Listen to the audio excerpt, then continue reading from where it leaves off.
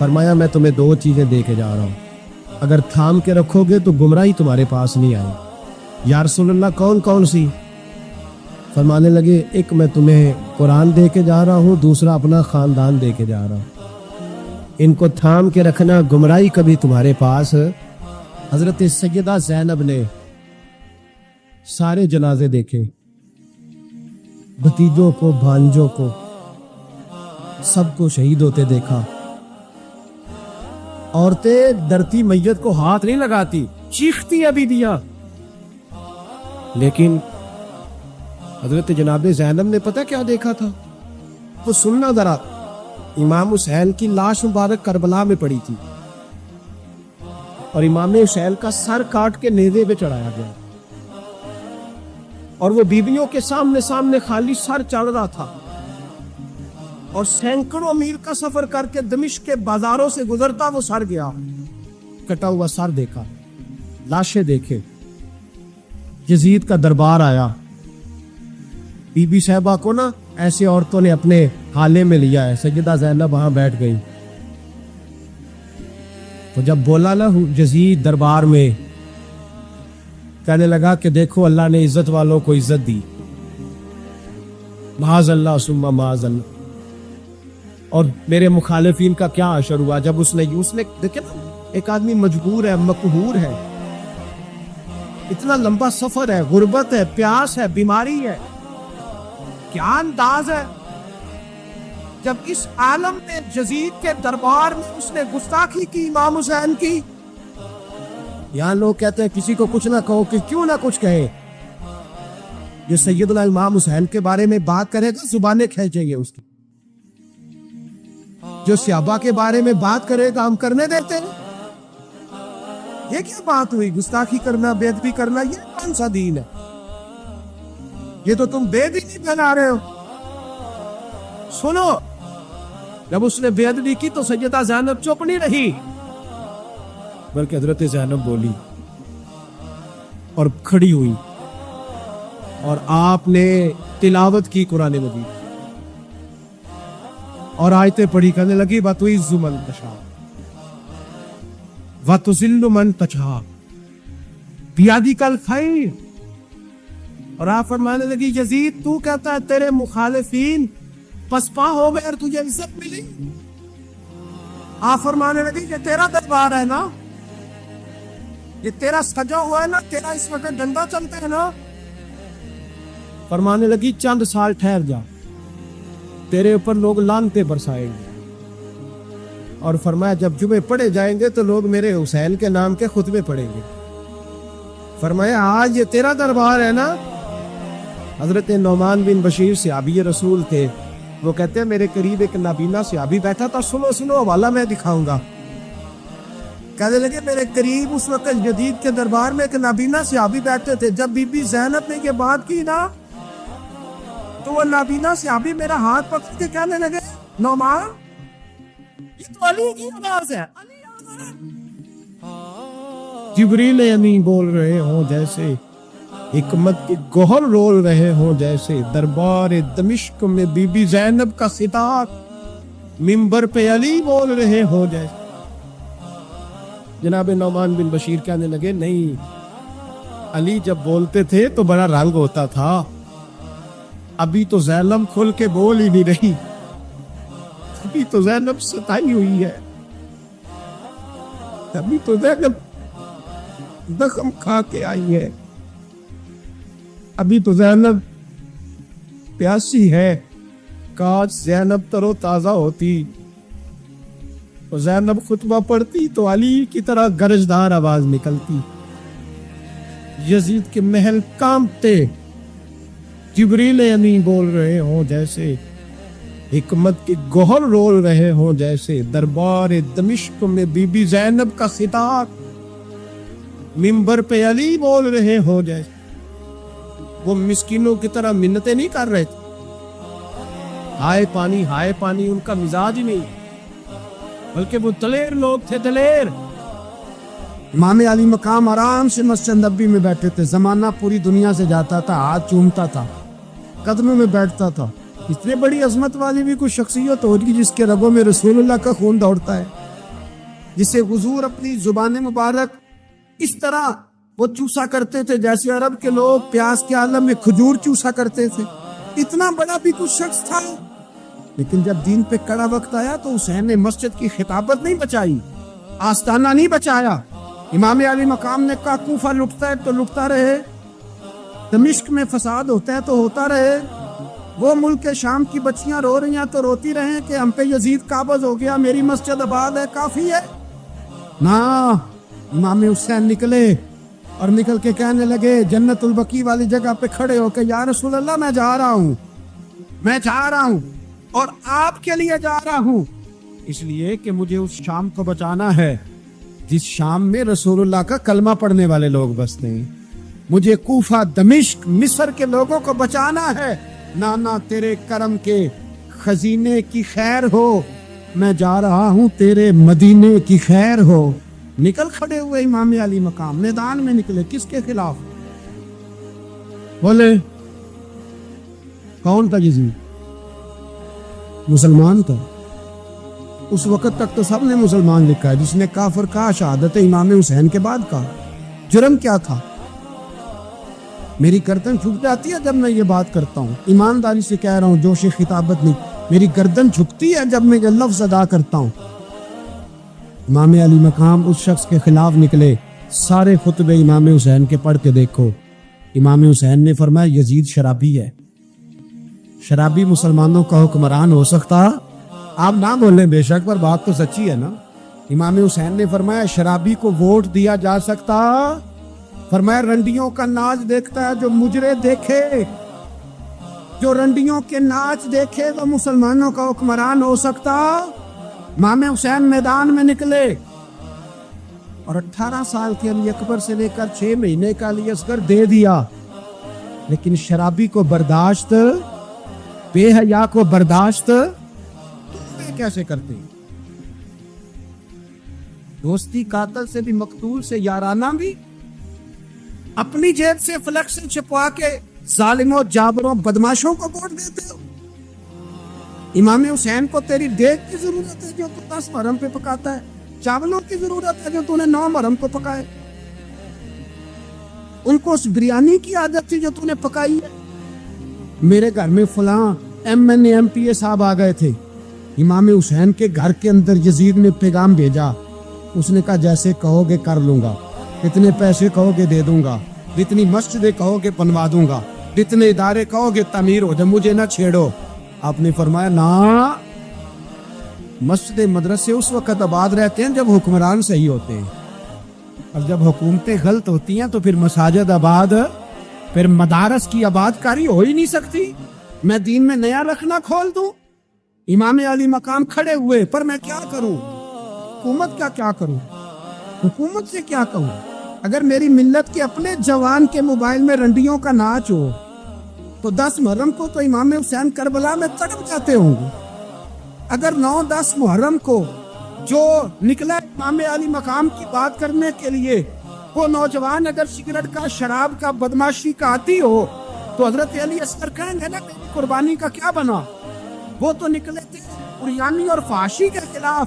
اور اگر ملت کا جوان روز چوک میں کھڑے ہو کے لڑکیوں کو تاڑتا ہو تو حضرت علی اکبر تو اپنی قبر میں روتے ہوں گے کہ یہ اس قوم کے لیے جان دے دی جو آج جزیدی طریقوں پہ عمل کر رہی ہے, جو ساری رات گند دیکھ کے سوتی ہے, جو ساری رات بے حیائی, فحاشی اور عریانی میں لگی رہتی ہے. ان لوگوں کے لیے جان دے دی. اتنا ظلم ان شہیدوں کے ساتھ, اور 10 محرم کو دیگ پکا کے کہتا ہے میں امام حسین کا ماننے والا ہوں, میں امام علی مقام سے پیار کرنے والا ہوں. نہ بھائی نہ, دو رنگی چھوڑ کے یا کرنگ ہو جا, سراسر موم ہو جا یا سنگ ہو جا, امت مسلمہ کو بیدار ہونا پڑے گا. امام علی مقام میدان میں نکلے, ڈٹ کے نکلے, اور امام نے فرمایا میدان میں نکل کر کہ میرا وطن مدینہ ہے, میرا وطن مدینہ ہے, پر مدینہ بعد میں, رسول اللہ کا دین پہلے. تو پاکستان کی بات کرتا ہے. امام علی مقام نے فرمایا مدینہ کی شہریت بعد میں, رسول اللہ کا دین پہلے, اور تیرے تو بچے عام سے ہیں. امام حسین نے فرمایا میری گود میں جو بچے ہیں وہ رسول اللہ کے نواسے ہیں, پر بچے بعد میں, نبی پاک کا دین پہلے. آپ نے فرمایا تیری بیٹی بڑی باوقار ہوگی, اس کی بڑی عزت ہے, تو کہتا ہے بیٹی کی وجہ سے بلیک میل ہو گیا. لیکن جو شان خدا نے حسین کی بیٹی کو عطا فرمائی, جن بچیوں کا سر کا بال ننگا ہو جائے, سر کا بال ننگا ہو جائے, تو امام شورانی فرمایا کرتے تھے اگر مدینے میں کسی سید زادی کے سر کا بال ننگا ہوتا تھا تو سورج اپنا منہ چھپا لیا کرتا, سورج چھپ جاتا تھا بادلوں کی اوٹ میں.